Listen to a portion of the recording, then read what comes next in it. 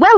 Nandito naman kami ngayon sa isang sikat na restaurant dahil isang Chinese, I mean Korean restaurant at syempre, video ko yung recipe nila dahil yun nga, sobrang sarap at marami pa silang recipe na hindi pa inilagay dito dahil only to guys, only. At syempre, sobrang old na videos dito sa phone ko, sobrang tagalan, pero ngayon ko na kasi busy nga, diba? Sobrang sarap guys at syempre, special yan dahil yun nga. Yung na-serve sa amin, sobrang special kami dahil special kami sa buhay nyo, okay? At wag nyo kami i-judge kasi hindi kami palagi nandito, occasionally lang kasi nga, yung kaibigan ko, gusto niya talaga akong ilibre at sobrang ganda niya at sobrang mabait siya dahil yun nga. Pinipilit niya ako dahil kapag hindi ako nagpapalibre sa kanya, aawayin niya ako. At syempre, alam niyo ba guys, ayoko naman na may mga away sa akin, di ba? Kaya nagpapalibre na lang ako dahil yun nga. Gusto niya ako ilibre dahil daw mabait ako sa kanya at saka kaibigan niya ako. Syempre, hindi ko na lang tatanggihan, di ba? At alam niyo ba, sobrang tagal ng video na to at ngayon ko lang na-upload after 5 months of video kasi yun nga, palagi ako nag-stock ng video sa aking phone. Marami akong video na hindi pa na-upload dito. Mga 1,000 plus siguro to. At syempre, ang tamad-tamad ko mag-edit ng video kasi nga, sobrang sarap ng samgyeopsal. Samgyeopsal ba yun tawag sa inyo? Korean restaurant samgyeopsal only. At syempre, hindi pa nilagay yung ibang recipe.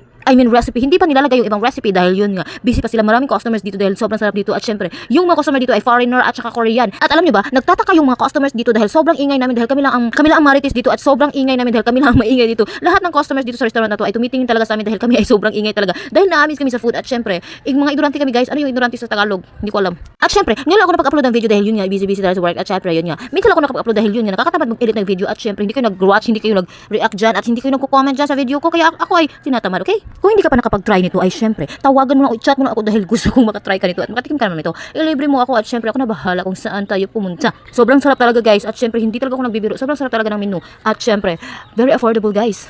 Pwede kayong pumunta dito kapag meron kayo occasion, meron kayong date, mansari or ano yun, or nag-break kayo, pumunta kayo dito. Basta wag niyo kong kalamitan i-chat or i-text niyo ako or mag-comment kayo kung gusto niyo pumunta kayo dito dahil ako lang nakakalam kung saan pumunta dito. Shout out pala sa palagi naghihintay sa aking mga vlog at syempre, yung palagi nagre-react at comment, shout out sa inyo at syempre, shout out hindi ko kayo makakalimutan yung mga basher ko yung palagi nagagalit kapag nag-upload ako. So shout out, thank you so much dahil nagagalit ka kapag meron akong upload na video at syempre, shout out din pala sa palagi nag-watch sa aking video, palagi updated pero hindi naman nagko-comment at hindi naman nagre-react. So shout out pala sa palagi nag-watch at palagi naghihintay pero hindi magko-comment or magre-react sa video ko. Thank you so much pa rin. Shout out pa rin sa iyo dahil nanonood ka pa rin sa vlog ko. Okay? So mag-start na tayo magsugba guys, magsugba na dahil kumain na kami dahil yung sobrang sarap yung sauce, sobrang sarap talaga guys. Tingnan niyo guys, sobrang sarap talaga diyan. At syempre, tikman mo at i-chat mo na ako dahil para magkatikim na ka. Para magkatikim ka naman, wag mo na yung damot yung sarili mo dahil sobrang sarap talaga, occasionally lang to. Hindi ka magsisisi kapag i-try mo tong tikman, okay?